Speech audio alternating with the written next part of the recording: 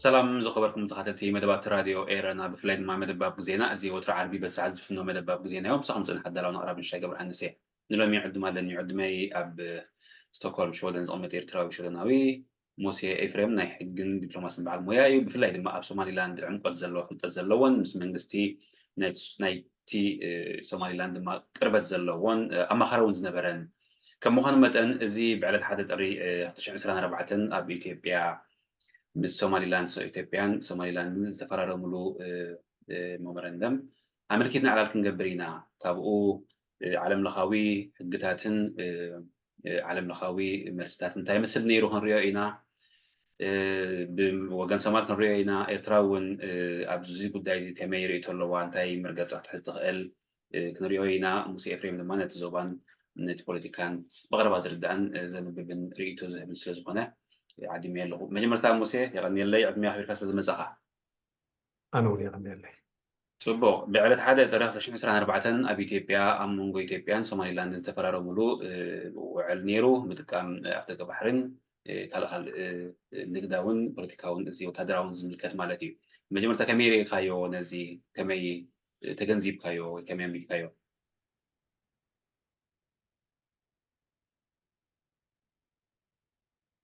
تحسو زي سفح كاب تقدم حجز نبره أمو إثيوبيان أمو سوماليلاندن كومون كارو تنبت خبابينا زلوا عرب هاجرات المثالي خم بعد يونايتد عرب إمارات كم زعين الزربات ننوح لصنحي خم تقدم زبالكيو أبتي رأس من محدار ناي سوماليلاند أنا كم سرحتني خوينا خسرها كل خبو زنبره تماسس على وعنيريو بتحدى شنو نوع نزهجي بزحنا يزلنا ويكم زحجي زل عجل رأستي تمثل قول كأز فلي اللي وصل زختي وخس اللي تيوخت تنالك عدل هبني أكل تشعن شو منت عسر شو منت ذكركم بحكوينه وين كل سكم ذكرهم أمو زين سلست تقصكون هجرات يونايتد عرب إمارات إثيوبيا سوماليلاند رسم محدانا سوماليلاند سمم معاتنتي دوب ويدما ودبنا يبربرا خميجر كاتو تقومولو دحر نوح زتي دحر نوح متصحف ويدما زدرافتد اوت كاست قال ملم يارات امو غزن سلستيان هاجرات يونايتد عرب امارات بتي ناتوم ديب وورلد بحث ناي منجست تكال السوم حمسان حدا نقحزو إثيوبيا ونعسرت تشعت ترف دماني رسم حدا سوماليلاند قمولو سممت تغيرو افتم زحلفو قدامي تمرحتنا إثيوبيا مالتي أبيزي نفسي هير منقصة سمايا ورسو نبر قدامي منستر إثيوبيا كوم وندحريو أب هايل ماريم دسالي زنبر سممعات نيرو كم تتفولتو أجابنا حقون سلزخوني اتحادش نخنتي نتوع السلستين زقبورو أب تكبر لهم تدي وعلم ما إثيوبيا نا إثيوبيا أكلم أبز حجك ستايك تبل تخليها تقوينهم دي وعلو وتم مسات وزحت ثم جلسيتات وزحت كوني يقول من الواش نا أبي أحمد ممسا ونقدم أي منيستر حجز له منيستر نا إثيوبيا نوتم ممسا سلن نبرة أب تكبر وعلن إثيوبيا تزنبر وعنس إثيوبيا ولو كوينو تنكالوت كنقصيلو سوماليلاند يونايتد عرب إمارات ويدي تورد قصيلمو الساطم يبدو محضر ودلو نتي ودبناي بربرا أب سوماليلاند حجي أبز جيزيز تمساسالي أبيوتو تاسمي أني رام ممه ريبابليك أوف سوماليا ويدما سوماليا تعباي سوماليا سلامنتاي بعين حجي ዝኾነ ዝግበር ናይ ወፃኢ ዝምድናታት ንልኡላውነቶም ዝትንክፍ ወይ ንናቶም ልኡላውነት ክንብል ከለና ከምቲ ኩሉ ግዜ መሬት ሰማይ ህዝቢ ባሕሪ ዘማልአ ስለ ዝኾነ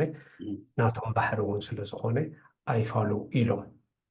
ኣብዚ ሕጂ ካብቶም ኣብቲ ግዜ እቲ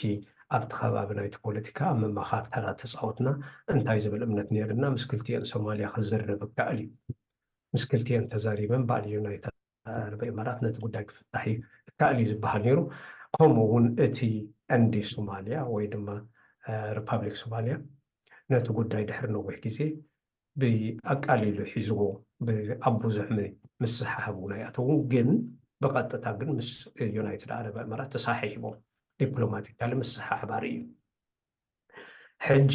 ቁርብ ነዛ ናይ ካልአይቲ ሕጂ ትመፅእ ዘላ ቁርብ ፍልይ ተብላ እንታይ ይመስለካ እዛ ናይ ካልአይቲ ዝመፀት ሕጂ ቁፅሪ 2 ንበላ ናይ ኢትዮጵያ ክልተ ሓዘል እያ በታ ሓደ ወገን እቲ ንዕዳጋ ዝምልከት እዩ ከመይ ገይሮም ናውትን ኢትዮጵያ ዘድልያ ከምቲ ኩሉ ግዜ ኢትዮጵያውያን ዝብልዎ ሓቂ እዩ ካብ ሓቂ ዝረሓቐ ኣይኮነን ዓባይ ሃገር እያ ብዙሓት ህዝቢ እዮም ብዙሕ ነገራት ክትውይሉ እዮም ነቲ ዝኣቱ ኣቑሑትን ኣቕሓን ዘድልዮም ናብታ ዓድስ ንኽኣቱ ብዝሓሰረ ዋጋ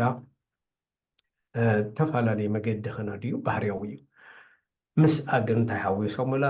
ካብታ ወሽመጥ ትቡና ወይ ታ ፈኒስትራ ድዮም ድብልዋ ንሳቶም ታ ፈኒስትራ ትቡና ስንኮላይ ንወታደርና መዕስከር ክትከውን ኣለዋ ክትከውን ከላ ግን ቁርብ ነታ ጉዳይ ተራስና ኣንሂራታ ሕጂ እቲ ዓለምን ብሕልፊ ቀንዲ ምምሕዳር ሶማልያ ኣይፋል ዝልኡላውነትና እዩ ክብል ከሉ ብዙሕ ሓቅነት ኣለዎ ሓደ እቲ ሕጋዊ ሸነኽ ኣለካ ካልኣይ ምስ ኢትዮጵያ ዝፀንሖም ርክባት ከምዚ ሕጂ ክመስሎ ይኽእል ኢና ንንታይ ኢኻ ትብሎ ንፖለቲካ ብሰንከፍ ድሕዞ ክመስሎ ይኽእል እዩ መሓዙት እንዲዮም ኢትዮጵያን ሶማልያን ንነዊሕ ግዜ ኣብ ታሪኾም ናይ ምሕዝነት ባህርያት ፀንሖ ይኮነን ዲፕሎማሲኦም እንታይ ደኣ ኣብ ኩናት ንነዊሕ ግዜ ብዛዕባ ናይ ኡጋዴን ኣብ ሰብዓታት ዝጀመረ ዳሕሪ ኣብ መጨረሻ ንንታይ ኢኻ ትብሎ ንሶማሊላንድ ንምዕብፃፅ ኢልካ ምስ ባርረን ኣብ መንጎ በቲ ሓደ ሸነኽ ድማ ንምንቅስቓስ ሓድነት ልኡላውነትና ህና ናይ ኤርትራ ንህዝባዊ ምንባር ሓድነት ኤርትራ ድዩ ንሕወሓት ንምጭፍጫፍ ኢልካ ብመንግስቱን ብባርረን ተገበረ ስምምዓት ኡጋዴን ናትኩም እዩ ዝዓይነቱ ተባሂሎም ተፈራሪሞም ተሰማምዑ እዩ ድሕሪኡ ድማ ዝከረኩም እንድሕር ኮይኑ ከዘኻኽር ስለ ዝፈቱ ስለምንታይ ንእግረ መገድና ነዞም ኣርእስትታት እዚኣቶም እንዳልዓልናዮም ክንከይድ ከለና ብዙሕ ክበርሓልና ይኽእል እዩ ትመልስብሉ ድሕሪ ዝኩሉ ድማ ኣብ መንጎ ምሕዝነት ኢትዮጵያን ሶማልያን ምሕዝነት ከምደየለ ንምርኣይ እየ ድፍትን ንነዊሕ ግዜ ታሪካዊ ምሕዝነት ከምደይ ፀኒሐ ኸ ዝፍትን ዘለኹ እሱ ከዓ እቲ ካልኣይ ከዓ ኣብዚ ድሕሪ ናይ መንግስቲ ኣልቦነት ሶማልያ ምስ ተራእየ ኣብ ነበር ፕሬዚደንት ሳኢድ ባሬ ካብታ ዓዲ ምስ ወፅአ እቲ ኮይኑ ዝተፈላለዩ ዓይነት መገድታት ብፑንትላንድ ዲኻ ትብሎ ብሶማሊላንድ ዲኻ ትብሎ ብመቃዲሾን በበዓል ጀነራል ዓይዲድ በበዓል ዮሱፍ ቅድሚ ሕጂ ጀነራል ዝነበረ ብሰብዓታት ኣብቲ ኩናት ክካየድ ከሎ ናይ ኡጋዴን ከምኡ እውን ናይ ኤስኤንኤም እዞም ርእሰ ምምሕዳር ሕጂ ኣብ መራሕቲ ዘለዉ ዋላ እዚ ሕጂ ፕሬዚደንት ኣብ ሶማሌ ላንድ ዘሎ እዞም ምንቅስቃሳት እዚኣቶም ውግእ ተኸፊቶም ሶማልያ ትወደቕ ሶማልያ ምስ ወደቐት ኣብ 2006 ኣብ ትሕቲ ምምሕዳር ናይ ኣቶ መለስ ዜናዊ ኢትዮጵያ ንሶማልያ ኣትያ 2006 ኢትዮጵያ ንሶማልያ ምስኣተው ድማ ተሳዕብዮናቱ ኩልና ነቲ ከባቢ ፅቡቅ ጌርና ዳቂቕና ንፈልጦ ነቲ ፖለቲካ ነቲ ከባብን ንኣልሸባብ ውፅኢት ናይ ፖለቲካ ናይ ኢትዮጵያ ከም ንፈጠራ በቲ ሽዑ ተወሰደ ስጉምቲ ዘይሓለፍነታዊ ስጉምቲ ርኢናዮ ሕጂ ኣብ ናይ ዓይኒ ወይ ሓንጎል ኣብ ዓይኒ ናይ ሶማልያውያን እንታይ እዩ ዘሎ ንኢትዮጵያ ከም ወራሪት ሃገር እዩ ዝርያ ንነዊሕ ካብ ታሪኮም ኣትሒዞም ቀዳማይ ብናይ ኡጋዴን ዳሕራይ ንመቐዲሾ ምእታው ሰራዊት ካብኡ ምስፋር ናይ ኣልሸባብ ምፍጣር ብከምዚ እዩ ዝርአ ዋላ ንኣልሸባብ ተቆጢዑ እስላማዊ ምትእኽኻብቲ ኢኻ ትብሎ ዋላ ዳሕራይ ተኣኪቡ ካብኦም ድወፁ ካብኦም ተፈንጨሉ ኣልሸባብ ንኢትዮጵያ ከም ወራሪት እምበር ከም ማሓዛ ይሪእዋን እዩ ሕጂ ድማ ተመሊሶም ሰራዊትኩም ሰራዊት ናቶም ከኣትዩ ንኢትዮጵያ ክብል ከሎ ናብቲ ናይ ቅድሚ ሕጅት ነቲ ናይ ቅድሚ ሕጅታት ስምዒታት እንዳ ዘፍ እንዳበለ ከይድ ፀንሐ መሊሱ ንላዕሊ በጨቂሉ ከም ዝወፅእ ገብረሉ ስለዚ ኣብዚ ብዙሕ መልስታት ተረክብ ካብ ታሪካዊ ውሳኔታት ተወሰነ ጽቡቅ ሓንቲ ነጥብ ጥራይ ከም መዘኻኸሪ ከቕርበልካ እሞ ክትቅፅል ኢኻ ኢትዮጵያ እንታይ ስጋኣት ስለ ዘለዋ ኢኸ ኣብ ሶማሊላንድ ማለት ኤርያ ንሱሲ ናይ ህንዳዊ ውቅያኖስ እምበር ናይ ቀይሕ ባሕሪ እውን ኣይኮነን ኣብ ቀይሕ ባሕሪ ነዊሕ ርሕቀት ዘለዎ እዩ በቲ ከባቢ እንታይ ስጋኣት ስለ ዘለዋ ኢኸ እቲ ወተሃደራዊ ማዓስከር ክህሉ ብኡ ትደሊ ዘላ ካበይ ስለ ትሰግእ እዩ ኣብ ቀይሕ ባሕሪ ተዝኸውን ነይሩ ተዘዋዋሪ ብቐጥታ ኮነ ብተዘዋዋሪ ምተንከፋ ነይሩ ኢልና ምክንያታዊ እዩ ክንብል ተደረኽና መስለኒ ግን ኣብቲ ኤርያ ንሱሲ ካበይ ትሰግእ ዘላ ካበይ ሰጊኣ ወተሃደራዊ ማዓስከር ትገብር ደሊ ዘላ ببزح نقرات كترية تخليها تدليها بأقامة أنا منجستي وين أي منجست سرح انتايو منجست تاسي حدا خبتي سرحهم انتايو نخي قبوطو نخي عبلولو مكل خال السو مقبارو من إثيوبيا نمان نمسك كده نقو يبولون سلام انتاي حلافنتنا كل منجستي دخونا عينت مقربات ما كمزي حدا خلطة إيروباويان ماي كيستيو ني سلام دلت خونكاس نقينات كتقرارب على كازو بالغزرباتا ولا أنا يؤمنولو كومز بعد زرباتا تلون دي حجي إزي أبتناي منجست مواقر صبو غير كي خاطريو مبار حدا زلو كالاي إثيوبياويان ناي بحق اليوم حجي أبتوشمت ناي إنديان أوشيان غيح بحر الزرخ وي غولف قوستسي إزي إتات سلازدل ديوم دبلو ودلو ولا ناي وشتاوي ساقطي نجزيو نتهزبنا بكالك توافرو الكاتزارو وزرباي ناي بحق جيزو كل زبحر للو حقي نمسالي ني إثيوبيا ننوح جيزيا بوليتيكانا تانا يوزاو دا بوليسي نتصول صنيحو أبدا إسا سوماليا نسوماليلاند انتاي كبلوهم صنيحهم آنون مساعتهم كسرح كلهم نسوماليلاند إثيوبيا خبتا قدامي تا هاجر نسوماليلاند خم لو تفلت هاجر أي كتبوننيا تانا يمج أرشاق أي تخونيا هذا بالمرقس يصنيحو أبجيزي أتو ملزيناوي يكون أبجيزي أتو دسالة يكون هجي تغير رئاسة أبز حدش برايم مينستر إثيوبيا زلو أنت تغير نتصبي بروحنا إثيوبيا إلى ديا تا مفيت تسكع تدرب دلا أمون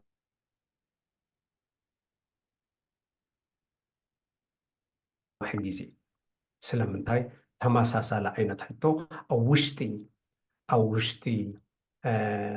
مع موقع إثيوبيا خفت أو وشت قبل إثيوبيا خفت أرسل زغل الصوماليا دمام تنوع حس أجمع كتبهم سلازخال دوس ناي بحق ناي إثيوبيا سأجمعت ناي ودب ناي كومرشال ناي عداقة واحد مقطع سأجمع سلازلهم كومنت قوينو من ناي جبوت اللهم يفوت نبو جبوتي بوغير مما واحد كتبوا صنيحهم كومون بمومباسا كينيا مالتي أب كينيا خفتن صنيحيو السونا لك كومون ناي إرترالو سلازي بوح مقدتات علو نديو اندحر السوقين ناي بحق زدلو دوس بيزا إيد ناي كان أوتي خطقون دلخا ناي كان أوت بوليتيكا ريخا تكبار توعل دلخا بحلف دما ناي تنتبابينا تموك أوروقا موغو سعودين يونايتنا عربي براسلو زلو من عبللن يدلو قبتش زناي عدنا سقوطا يدلو حجي من عبللو منا أرحا خويني وصلي يزبحلو لبتخبابي نزدي أمو إثيوبيا تنقبل زلا بحبار قصير نخرجنا حوس كله جن زمير يوزلنا أقل يزدما ثم راح تبتقرنا أفريقيا زلوا وين بحلف دما نا إثيوبيا براح أبترى أبز أقرقل زصاو زلوا خوي نسمع عننا عيب حراي إذا وصلنا مس حلفة ويسمع زي مستفرارمو بأمريكا خونه بودحورات هاجرات خونه بأفريقيا بناي حبرات أوروبا خونه وأفريقيا يونيون كمان استوى بها قبل مرسي زجبت ترر زبالة خون نقل ونبنصارو الله دزرا خيو كمي كمي تعذيب كا مالت كاب تثبيت كا وساديو تثبيت كادي ولاس كمي ني كاب تثبيتي وصاي كونه سلامتاي مسلكا كلن نناتن منغستات ملس خبا خلوا ውሽጠን ተመሊሰን ጠሚተን ንነፍሰን ጠሚተን እንድሕር ይመልስ ዝባ ስለምንታይ ተመሳሳሊ ፀገም ከልዎን ስለ ዘቕላተን ድበዝሓ ቻይና ምስ ታይዋን ራሽያ ከምኡ ስለ ኢትዮጵያ ነገር ዘርሳ ናይ ውሽጣ ከምኡ ተኣማስ ዝኣምሰለ ሕቶታት ኣለዎ ሕቶ ኣብቲ ቅዋም ሰፊሩ ዘሎ ሕቶ ናይ ተፈላለየ ከባቢታት ንሕና እኮ እንተደሊና ተገንፂልና ክንከይድ ንኽእል ኢና ሃገር ክንከውን ንኽእል ኢና ዝበሃል ሕቶታት ኣሎ ናይ ሶማልያ ድማ ሓንቲ ካብታ ብሕልፊ ንውድብ ሕብረት ኤውሮጳ ንፀርቲ መርጎፆም ፀንሐት እንታይ እያ እዚኣ ካ ፅቡቅ ገይረ ስለ ዝፈልጣ ንሶማሊላንድ ኣብቲ ዲፕሎማቲካል ኣክቲቪቲ ወይ ኣብቲ ሎቢ ኣክቲቪቲ ናቶም ተራ ክትፃወት ከለኩ ቅድሚ ሕጂ ካብታ ተደጋጋሚ ንዓይ ሚኒስትራት ናይ ኤውሮጳ ክብሉ ንፀንሑ እንታይ ነይራ እቲ ቴሪቶርያል ኢንተግሪቲ ወይ ድማ ልኡላውነት ናይታ ምልእቲ ሶማልያ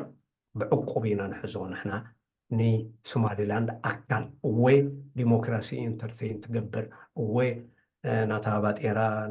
ናታ ፓስፖርት ውፅያ ላዕልን ታሕትን ትብለላ ሃገር እያ ግን ኣብ ውሽጢ ሶማልያ ከም ኣካል ሶማልያ ኣብ ውሽጢ ሶማልያ ጌርና ኢና ንሪኣ ዝብል መርገፅ ናይ ነዊሕ ግዜ ዝፀንሐ መርገፆም እዩ ከምኡውን ውድብ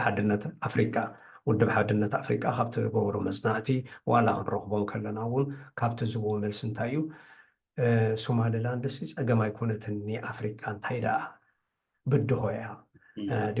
ዲሞክራሲ እንተይትገብር ኣላ ግን ኣካል ናይ ሶማልያ እንዳበሉ ክምልሱ ዝፀንዮም ስጋዕ ሕጂ እኮ ሓንቲ እንኳ ሃገር ኣይፈለጠታ ንሶማሊላንድ ንሳለስተ ዓመት ከምዚ ሕጂ ትኸዱ ዘላ ርእሰ ምምሕዳር ኮይና እያ ክትከይድ ፀኒሓ ኩሉ ዓይነት ሓሙሽተ ፕረዚደንትታት ቀይራ መዓት ምርጫታት ገይራ ድሓን ዝኾነ ርክባት ኣለዎ ቁጠባዊ ምዕማላ ክገብር ፀኒዑ እቲ ዲያስፖራ ናቱ ፅቡቅ ተራ ዲያስፖራ ናይታ ሃገር ፅቡቅ ተራ ይፃወቱ ወይ ናይቲ ርእሰ ምምሕዳር ግን ሽንዮዚ ዝኸደ ሓንቲ ሃገር ኣነ ክፈልጠኪ ንዒ ምሳይ ከሰኒየኪ ንክስታይ ዝበለታ የላን እቲ ምሕዝነታ ቀንዲ ድልድል ምስ ምሕዝነታ ምስ ታይዋን እዩ ተመሳሳሊ ሕቶ ስለ ዘለዎ ስለዚ ኣሜሪካ ይኹን ውድብ ሓድነት ኣፍሪቃ ይኹን ከምኡውን ዓረብ ሊግ ምትእኻብ ናይ ዓረባውያን ሃገራት ከምኡውን ውልቃውያን መንግስታት ዝበሎ ብእኩብ ዲብንፅል ኩሉ ነቲ ምኹናን ነቲ ስጉምቲ ተወስደ ብኢትዮጵያን ብሶማሊላንድን ይደርኢ እዚ ከምዚ ኢሉ ከሎ ተመሊስካ ነዘን ሃገራት ነቲ ርእሰ ምምሕዳር ሶማሊላንድን ንኢትዮጵያን ከም ሃገራት እውን ክትሪአና ኣለካ ንምንታይ እዚ ንክገብራ ተሃዲደና እንዳጎያ ኣትዩኖ ኣብ ሶማሊላንድ ኣብዚ ዝሓለፈ ግዜ ዳርጋ 2 ዓመት ክቡር ፕሬዚደንት ሙሳ ቢሒ ናይ ፖለቲካዊ ፀገም ኣለዎ እሱ ሓደ እንታይ እዩ ናይ ስልጣን ናይ ምንዋሕ ባህርያት ኣርእዩ ምርጫ ክግበር ነይርዎ ምስ ውድብ ሕብረት ኤውሮጳ እንዳተባእሰ ከይድ ፀኒሑ እሳተን ምርጫ ክትገብር ኣለካ እሱ ድማ ምንዋሕ ምስቲ ኦፖዚሽን እውን እቶም ክልተ ዶልዶላት መራሕቲ ነቲ ኦፖዚሽን ሓደ እዚ ዓብድራሕማን ዕሮ ንወደን ዝመርሕ ማለት እዩ ከምኡውን ዮሱፍ ዓሊ እውን ንውዕል ዝመርሕ እዚኦም ክልቲኦም ሓያለ ተቃውሞ ፀኒሕዎም እዩ ህዝቢ እውን ክቃውሞ ፀኒሑ ካብ ስልጣን ምርጫ ንክገብር ኣክንዲ ስልጣኑ እንዳነወሐ ድሕርያ ምርጫ እትዩስ ዝነውሐ ግዜ ምንታን ከይወስድ ስለዚ ነቲ ናይ ውሽጢ ፖለቲካዊ ባህርያት ናቱ ወይ ዘሎ ፀገማት ንዑ ዳይቨርቲ ንክግበር ስለዚ ክኸውን ይኽእል ከምኡውን ኣብይ ኣሕመድ ተመሳሳሊ ፀገማት ስለ ዘለዎ ዘራኽቦም ዘሎስ ምናልባሽ ፀጎሞም ከይከውን ካብ ባሕሪ ንላዕሊ ዝብል ኣረኣያ እውን ኣቦቱ እዩ ዘሎ ነዚ እውን ኣብቲ ትገብሮ ትንታነ ናይ ፖለቲካ ናይ ግድነት እቲኻ ክትሪኦ ክትክእል ኣለካ ስለዚ ብኩሉ ዓይኒ እዩ ክረአ ዘለዎ ሕጂ እዚ ነገር እዚ ምስ ኮነ ሶማሊላንድ ሶማልያ ዝሃበቶ መልስታት ከ እንታይ ነይሩ እቲ ዝሃበቶ መልስታት ከ ብወገን ኢትዮጵያ ከመይ ተራእዩ ብወገን ሶማሊላንድ ከመይ ተራእዩ እንታይ ኣለካ ንባብ ሶማሊላንድ ኩሉ ግዜ ካብ ሶማልያ ክመፅእ ከሎ ከምዚ እዩ ዳርጋ ብክስታይ እዩ ዝኣቱ ምሽ ኣለካ እዚኦም ስቕ ኢሎም እዮም ዝዓይነቱ ኣብ ከምኡ እዩ ዝኣቱ ግን ንሱ ይኮነ እቲ ሓቂ ሶማልያስ እንታይ ክትገብር ትኽእል ተሓባቢራ ቀዳማይ እቲ ሕጋዊ ሸናኽ ምስኦም እንዲዩ ደሎ እቲ በትሪ ሕቂ ምስ እዮም ምስኦም እዩ ዘሎ እዘን ሃገራት እዚኣተንሲ ክልቲአን ኣይተፈትሓን ኣብ ፍታሕ ይኣተዋን ሓንቲ ንሶማሊላንድ ካብ ሶማልያ ክትፈልያ ትኽእል ሶማልያ እንድሕር ተቐቢላታ ጥራያ ክልተ ኣገባብ እንደለዋ እታ ቀዳሚት ኣገባብ ሓሪራ እያ ንሳኻ እንታይ እያ እቲ ቅድሚ ሕጂ ክገዝኣካ ዝፀንሐ ሃገር ናፅነትካ ክበካ እዩ እንግሊዝ ሂባቶም ከይዳ መጽሓፎም ሒዞም ከይዶም ምስ መቃድሾ ሕቴቱ ንብል ንሕና ሓደ ኢና ኢሎም ከይዶም ሓደ ኮይኖም እዮም ስለዚ ተሪፋቶም ደላ ነቶም ክፈትሕዎም ዝደልዩ ዘለዉ ሃገራት እሶም ክፈትሕዎም ኣለዉ ስለ ዘይበልዎ እዚኣ ምስ ሶማልያ ኣላቶም ሶማልያ ስቂኢሎም ክሪእዎ ኣይክእሉን እዮም ብሕልፊ ድማ ብኢትዮጵያ እንድሕር መፂዎም ምናልባሽ ዓረብ መራት ከምዚ ናይ ቅድሚ ሕጂ ዝረኣናዮ ብዛዕባ ንባሕሪ ንቁርቢ ዓመታት ምጥቃም ገለመለ እንተኮይኑ ድሕሪ ብዙሕ ምስሓብ ምፈነዎ ነይሮም ዝብል እምነት ኣለኒ ግን ምስ ኢትዮጵያ ክኸውን ከሎ ይተርር ስለምንታይ ብዙሕ ዓይነታት ሕቶታት ስምዒታት ስለተናኸብ ምስ ኢትዮጵያ ዘለዎም ታሪካዊ ምትእስሳር ፅቡቅ ስለ ዘይኮነ ስለዚ ናይ ሶማልያ ዲፕሎማስያዊ መርገፅ ናይ ምርኣይ ነዚ ፅቡቅ ገይሮም ከም ዝኮንዎ ብኩሉ ዓይነት ኣሪኦም ብመግለፂ ድዩ ብዘተ ድዩ ብምቅራር ብኩሉ ዓይነት ኣሪኦም ውሽጢ ዓዶምን ኣብ ደገምን ከምኡውን ህዝቡን ከይተርፈ ብኢትዮጵያ ብሓይሊ ኣየር ኢትዮጵያ ገይሩ ብናይ ሲቪል ኣቪዬሽን መጓዓዘ ህዝቢ ብኡ ገይሩ ንዓዱ ንከይኣተውን ዝወስደሉ ዘሎ ናይ ቁጠባ ናይ ውልቀ ሰባት ግዳዲ ኣብ ርእሲ ኢትዮጵያን ኣይላንድስ ንሪኦ ኣለና ኬንያ ዝሓሊፉ እውን እቶም ናይ ውሽጢ ዓዲ ኣባላት ባይቶ ካልእ ስጉምትታት ክውሰድ ዘለዉ ይዛረብሎም ካብ እዚ ከምዚ ኢሉ ከሎ እውን ሸክ ሓሰን ፕረዚዳንት ናይ ሶማልያ ንኤርትራ ንምምሕዳር ኤርትራ ንክረክብ ከይድሎ ስለዚ ተመሪሱ መስለኒ ብብዙሕ ነገራት ኣሪኦም እዮም ሓቂ ብብዙሕ ነገራት ሲ ነቲ ደገፍ ንክረክብሉ ንናቶም ልኡላውነት ንናቶም መርገፆም ናብቲ ከባቢ ዝገብርዎ ዘለዉ ምንቅስቃስ ንፅር ሓንቲ ካብ ኤርትራ እያ ምስ ኤርትራ ታሪካዊ ምሕዝነት ስለ ዘሎ ሕጂ እዚ ሰብ ክጋገዝ ዘይብሉ እንታይ እዩ ኣነ ኣዋላ ካል ኣጋጣሚ ዝገልፃስ እንታይ እያ ሓንቲ መርገፅ ኣነ ጠጠው ኢለ እዚኣስ ከምዚኣ ክገብር እዩ ዝብላ መርገፅ እንድሕር ኮይና ብዓይኒ ምምሕዳር ወይ መንግስቲ ኤርትራ ክትሪኣ እንትኮንካ ኣብ ሶማልያ ዘላቶ መርገፅ እያ ኣብ መንጎ ህዝቢ ኤርትራን ኣብ መንጎ ህዝቢ ሶማልያን ንነዊሕ ዓመታት ካብ ስሳታት ዝኸደ ድልድል ዝኾነ ምሕዝነት ኣሎ መንጎ ክልቲኡ ህዝቢ እዚ እዚ ምሕዝነት እዚ ድማ ብቐሊል ትሪኦ ኣይኮነን ኣብቲ ሕማቅ ግዜ ንሕና ንብድሃሉ ነበርና ግዜ ምሳና ጠጠው ድብል እዮም ኣብቲ ሕማቅ ግዜ ድማ ዋላ መንግስቲ ኤርትራ ምሶም ጠጠው ኢሉ እዩ ሕጂ እውን ኣብዚ ሕጂ ዝኸይድ ዘሎ ጉዳያት እውን ምሶም ጠጠው ክብል እዩ ዝብል እምነት እዩ ዘለኒ ኣብኡ ይጠራጠርን ስለዚ ነዚ ኣብቲ ከባቢ እንዳተንቀሳቀሱ ክስታይ ክደልይሉ ደገፍ ክደልይሉ ባህርያት ናይ መንግስትታት እዩ ካብኡ ቀፂሉ እቲ ነገር እንድሕር ዳ መፍትሒ ዘይተረኺቡሉ እሞ ናብ ብረት ምልዓል ወይ ናብ ውግእ ገፁ እንድሕር ከይዱ ኸ ከመይ ይመስለካ እቲ ክህሉ ዝኽእል ተረክቦታት ምክንያቱ ብወገን መንግስቲ ኤርትራ ብቲ ናይ ዜና ሚኒስተር ወፂኡ ዘሎ ህዲ ኢልካ ክረአ ከም ዘለዎ ከም ዝሰማምዑ ገለ ዝብል እዩ ግን እቲ ሶማሊ ከም ሪፐብሊክ ሶማል ትህቦ ዘላ ግብረ መልሲ ከይተሰምዐ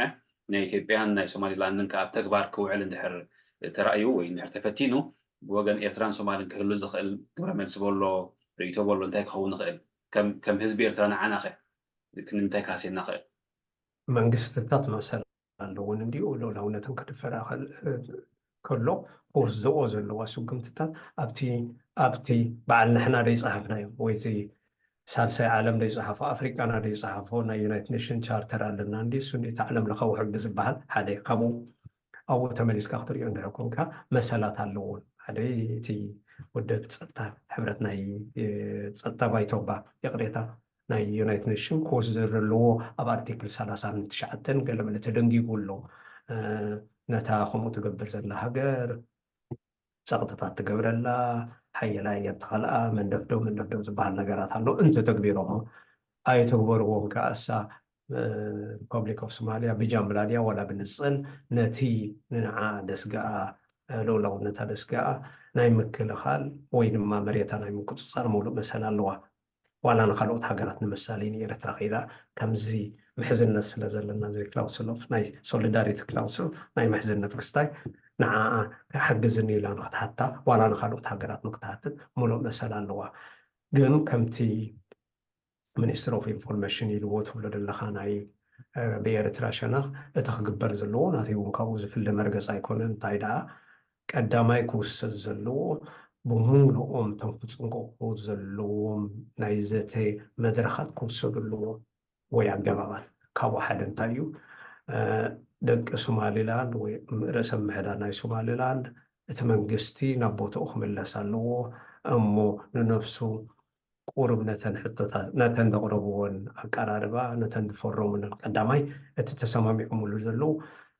ሓሳብ ዳ እምበር ውሱን ውሳኔ ይኮነን ውሳኔ ንክኸውን ክውሰድ ዘለዎ ናቱ ፕሮሲጀራት ኣለዎ እንድዩ ንዕኡ ቅድሚ ናብኡ ምእታዎም ፅቡቅ ጌሮም ክርእይዎ ኣለዉ ኣለዉ ድዩ ገባብ ንሶማልያ ነተባዕላ ሶማልያ ነታ ኣባይ ሶማልያ ኣብኡ እቲኻ ዘውዕላት ክግበር ዝከኣል ክዝረበሉ ኣለዎ ካልኣይ ካልእ መፍትሒታት ኣሎ ድዩ ስለዚ ኩናት ኣመራፂ ወይ መቐፀልታ ናይ ፖለቲካ ክኸውን የብሉን ኩናት ተገዲድካ ኩሎም ዓይነት ኣገባባት ፈቲንካዮም ፀንቂቕካዮም እሱ ምስ ተወደአ ምስ ተደፈርካ ተኣትዎ ዳ እምበር እቲ ናይ መጀመርያ ምርጫ ክኸውን የብሉን ስለዚ ህድእ ኢሎም ኩሎም ክርእይዎ ክኽእልሉ ኣብዚ ከዓ እቲ ዝዓበየ ተራ ክፃወት ዝኽእል መኒ እቲ ኢትዮጵያውያን እዮም እንታይ እሞ ትረብሖም ሕጂ ኣብቲ ከባቢ ኣብ ቀርኒ ኣፍሪቃ ምስ ሶማልያ ኩናት እንድሕር ተጀሚሩ ኩናት እንድሕር ተጀሚሩ ከዓ ኩለንተን ኣብቲ ከባቢ ዘለዋ ሃገራት ክትንከፋ እየን ኣብ መጨረሽታ እቲ ናይ ኢትዮጵያ መራሒ ዶክተር ኣብይ ኣሕመድ ብወገን ቀይሕ ባሕሪ ንዓሰብ ብዝምልከት ብዙሕ ዝብሎ ዝነበረ ነጥብታት መረዳእታታትን ሓሳባትን ኪንዩ ሓሊፉ እውን ብሓይሊ ክፍተን ከም ዝከኣል ዝህብዎ ዝነበረ ዘተንብሆ ዝነበረ ዘረባታት ንኤርትራ ሕጂ ኸ ስግኣት ድዩ በዚ ናይ ሶማሊላንድ ተሳሚዖምሉ ዘለዉ ናይ ባሕሪ ምርካብ ተኽእሎታት ወይ ፈተነታት ንኤርትራ ስግኣት ኣይከውንን ሕጂስ ንኤርትራ ጉዳይ እንዳዓረፈ ዝኽእል ዘሎ ኤርትራ ካልእ ጉዳይ እንተገበረት ክሓይሽ እዩ ዝብል ርእይቶ እየ ዘለካ ስግኣት ኣሎ ድዩ ዋላስ የለን ብሕጂ ኸ ከምዚ ዓይነት ርእይቶ ንካልኦት እዚ ናይ ጎበጣ ዓይነት ባህርያት ናይ ቆልዑት ባህርያት ካብቶም ንመንግስቲ ለማሓደር ኢና ኢሎም ኣብ ኮረሸ ስልጣን ዝውጥሑ ክለግስ ኣለዎ ሕጂ እዚ እንድሕር ዘይለግስ እንድሕር ኮይኑ ከዓ ኩሉ ኤርትራዊ ንዝኾነ ዓይነታት እንተታት ክቀራረብ ኣለዎ ሕጂ እቲ ምቅርራብ እንዲና ንፀልአና ንሕና ኣብ ክንዲ ንልኡላውነትና ዳግመ ልኡላውነትና ኩሉ ግዜ እንዳረጋገፅና ንኸይድ እቲ ግዜ እቲ ደለና ንብረት ትደለና ዓቕሚ ኣብ ሰናይ ምሕደራ ዲሞክራሲ ምምፃእ ቁጠባዊ ምዕባለ ናይ ዓድና ሓፍ ምባል ክንጥቀመሉ ኢና ንደሊ ግን በጋጣሚ ኮይኑ ናብኡ ክንከይድ ክንሓስብ ከለና ዝጨወየና እንተታት እንዳበዝሐ እንድዩ ዝኸይድ ሕጂ እውን ርኢናዮ እንዲና ዝቐነያ ዳንኬራ ኣብቲ ከባቢና ኮ እዚ ይበሃልን እዩ እምበር ኤርትራዊ ደቂሱ ስቕ ክብል ኣለዎ ዝብል እምነት የብለይን ኣነ ዋላ ምሕዳር ይኹን ዋላ ውርቂ ሰባት ንሕና ይኹን ካባይ ጀሚርካ እንታይ ደኣ ነቲ ከባቢና ፅቡቅ እንዳንበብናዮ ክንከይድ ኣለና ምሳና ተጎራቢቱ ክምዕብል ዝዘሊ ሰብ ናሎ እንድሕር ኮይኑ ኢትዮጵያዊ ይኹን ሶማል ትኹን ሱዳን ትኹን ጅቡቲ ትኹን ኣገና ክልቲአን ሱዳን ሳውት ሱዳንን ኣገና ኢና ክንብል ዘለና ከምኡውን ኬንያ ከምኡውን ዩጋንዳ ብሓባር ኮይና ኢና ክንዓቢ ዘለና ኣብቲ ናይ ሓባር ንብሎ ግን ናይ ኩልና ሃብቲ ብሓንሳብ ኣብ ጣውላ ቀሚጥና ዳኢና እስኻ እንታይ ትበኒ ኣነ እንታይ ይበካ ተባሃልና ይህን መንዳ ተባሃልና ዳኢና ክንተሓጋገዝ ዘለና በዚኣ ተደይብኩምኒ በዚ ገይረኩም ፀኩመ እንዳተባሃልካ ኣይከይድን ብሕልፊ ድማ እዛ ሽኮሪና ኢትዮጵያስ ከምዓ ዓቕሚ የብላ ኣሎም በዚ ክመፀኩም በዚ ካርመኩም ክትብል ስለምንታይ ከም ሃገር ከማን ነፍሳ ብምዕራር ኣፀጊምዋ ዘሎ ሃገር እያ ሓቂ ክንዛረብ እንድሕር ኮይና ስለዚ ናባና እንዳወጣወጥካ ንዓና መአከቢ ናይ ግዳይ ናይ ኢትዮጵያ መተኣኻኸቢ ክጥቀመልና ነውሪ ብሕልፊ ድማ 2024 ይኣክል ናይ ቅድሚ ሕጂ መአከቢ ናይ ኢትዮጵያውያን ዓዶም መማዕረሪ ክንከውን የብልና ንሕና ጎረባብቲ ኢና ፀጋይ ጎረቤትና ምዃኖም እሳቶም ከውና ንሕና ክንቦም ብሓንሳብ ክንበልዕ ብሓንሳብ ክንነበር ብሓንሳብ ክንመዕብል ሰናይ ሃገርኩም ሃቡኒ ልኡላውነትኩም ክትጉኑ ኣለኩም ንሕና ከምዚ ኢና እንተደይኮነ ክስታይ ዝበሃል ግን ናይ ቆልዑት ኣዘራርባ እዩ በዓል ኣነ ተልሜደን ከለና ንኣሽቱ ተምሃሮ ከለና ንብሎ ነበርና ዘረባ እዩ ካብ ዓበይቲ ሰብኡት ኣይትፅበዩ بناي مجرشاتو مخنياتاو ديجن إرترا أبدج كابدج خمت بزعبا زخل تخلوتات ناي ورار كونه ناي وجه كونه ترى كتكلاخل ناي وشتاوي قدايات ناي زيجات تونزيفو ترسيعو هاجر ناب كم زع مثلا ودكتن مقدران كت أتو مخنياتاو دي نخلو كجبر تخلوتات سلزي الذي وشتاوي قدايات ناي هاجر من سيات رهيوم كنا برو كي تسددوا كنا برو ولدون دقم حقيفهم دقم مرعيم دقم دقم ريم كنا برو بسلام دو أيكون نزجبا كاب دقة نزولو أب دقة قرابة هاجرات نزفتر ويكفتر نزغ سجاتات ترعات كرو مهابن نايوشتغ أمر الساعة كجبودي كسب كندي عمتي خو خميل خيان حزب إرتراس حجة تجراي إثيوبيا صومال السودان كمزي إندابلسي نخني مو أريخ خيل كميتري أون السخاء كونو عديو تمنجستسي كاب دقة نزمت أورارات راح دقاقي بمزراب نايوشتغي قدات ترسعو بمقبارك كسب معسكن كيد نخيل حق خان إحنا خم هاجر بوزح نجارات بوزحات كأسستات بحنساب كن كلالنا بوزحات كأسستاتي بحنساب كل حزن كن كلالنا بتعدوكن نمناسياتنا خمي رما بعدهم يحلمون أو بعدهم مقبولون كتمت كن كلالنا بتعد شناخ دما خمي غيرنا سناي محضران فتر بتسال سيد ما خمي غيرنا نزخون عينت انت تازمس أب هاجرنا نكلاخل سلازي سلازي يقبر دما أنا نمنجستي إرترا أو يلقاومو بزخ قبرالو يبل السن دابلكو خلوخو ግን ኣብቲ ሃገራዊ ሕቶ እቲ ዘራኸበኒ ነጥብታት እዝን ምስ መንግስቲ ኤርትራ ሰማምዓሉ ይብል ከምዚ ክብለካ ዝፀናሕኩ ኣብ ናይ ሱዳን ኣብ ናይ ይቕሬታ ኣብ ናይ ሶማልያ ዘለና ርእቶ እቲ ምሕዝነትናን እቲ ልኡላውነት ኣኽብሮት ናይ ሶማሊላንድ ናይ ሶማልያ ሓደ ስለ ዝኾነ ኣገና ይብሎ ኣብቲ ደይንሰማምዓሉ ነጥብታት ድማ ከም ደቂ ሃገር ኣብዚ ኣይንሰማምዕን ዘለና ናተይ ርእቶ ከምዚ ይመስል ናትኩም ርእቶ ከምዚ ይመስል ኢልና እንዳተኸራኸርን ሃገርና ክንማዕብል ኣለና ሓንሽ ጅቡቲ ትግራይ ኢትዮጵያ እንዳበልና ንሕና ከርተት እንዳበልና ክንነበር ኣይንኽእልን ምክልኻል ጥራይ ንካልኦት እንዳተኸላኸልና ከይንጉበት ጥራይ ክንነበር ኣይንኽእልን ኢና ራህዋ እውን ክንክእል ኣለና ንሕና ነዚ ክልቲኡ ንክንገብር ድማ መራሕትና ክልብዎም ኣለዎም ሓደ ካብኡ እንታይ እዩ ንህዝብካ ከመይ ጌርካ ተእክብ እዩ ይኣክል እዚ ክስቶኹም ዝርእቶ ነይርዎ ክስቶኹም ዝርእቶ ንኤርትራን ኩልና ነቶም ንነዊሕ ግዜ ኣርካናት ክጋደሉ ዝፀንሑን ንዓይን ማዕርያ ትብፅሐና እዛ ሃገር እዚኣ ከዓ ናይ ኩልና ሓደ ስለ ዝኾነ ፅቡቅ ነገር እኮ ሃገር ማለት እኮ ናይ ኩሉ ማለት እዩ ናይ ኩልና ናይቶም ኣባላት ናይታ ሕብረተሰብ ዝኾና ስለዚ ንኩልና ስለትምልከት ድማ ኩልና ስለ ዝኾነ ንከላኸለላ ኩልና ስለ ዝኾነ ብሓባር ኮይና ሓፍ ክንብላ ዘለና ክንዛረበሉ ክንክእል ኣለና ምሽጢር ኣይኮነን ንመንግስትኻ ምንቃፍ ነውሪ ይኮነን ፅቡቅ ዝነበረ ንሕቶታት ወዲእ ኣለኹ ተወሳኺ ማለት ዝዘከርካዮ ድሕርካ ዝዘከርካዮ ክትቀስ ኣሎ ትብሎ እንተሎ ምስ ርእስና ዝተተሓሓዘ ማለት እዩ ዕድል ክበካ እየ ዝነበረ ንሕቶ ወዲእ ኣለኹን ስለ ግዜኻን ስለመብሪኻ ኣዝየ መስግነካ ዕድል ስለ ዝሃብካኒ ብጣዕሚ ይቐኒለይ ፅቡቅ ምሽት ሰላም ምሽት